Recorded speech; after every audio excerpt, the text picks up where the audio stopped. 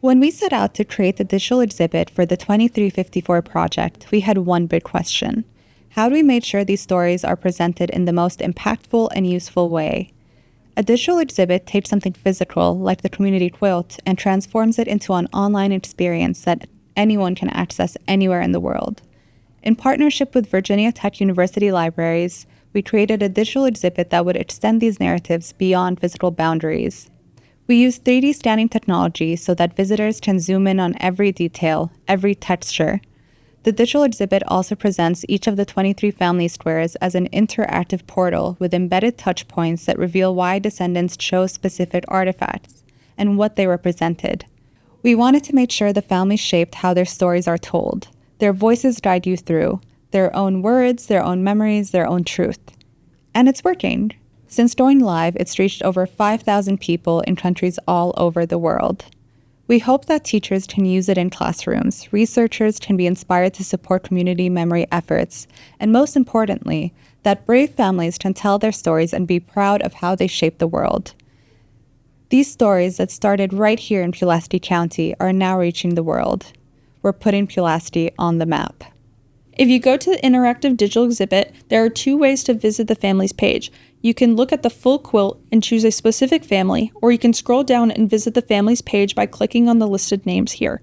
Now I will click on the Martin family to pull up their families page. The first thing you see is an overview section. Then there is an interactive image of the Martin family quilt square, and each artifact is clickable. When you click on an image in the embedded quilt square, a window will pop up detailing some information as to why this artifact was chosen to be on the square.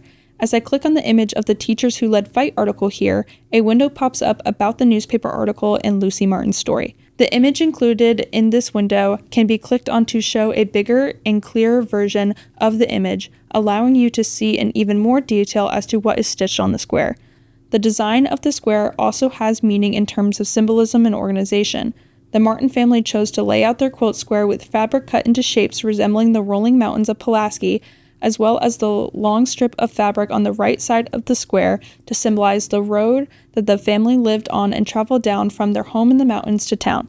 This road both serves as a physical representation as well as the metaphorical journey each family member took to continue their education and better their future.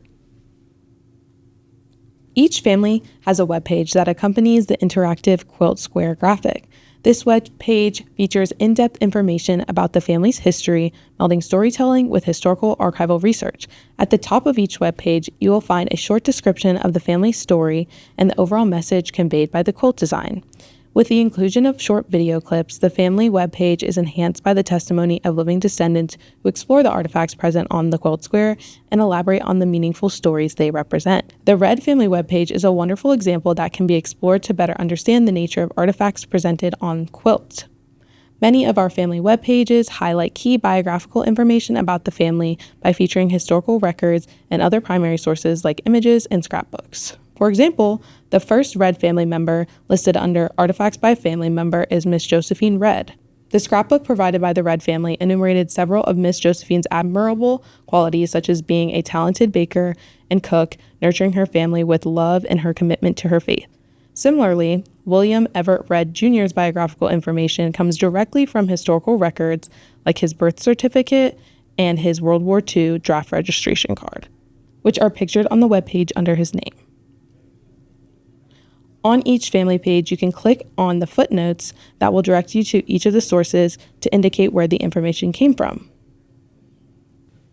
Overall, this digital exhibit invites community members, descendants, researchers, future generations, and others who are interested to conveniently engage with the multitude of histories and experiences of the 23 Black families and 54 children who challenge educational inequities and injustices of racial segregation in Pulaski, Virginia's public schools.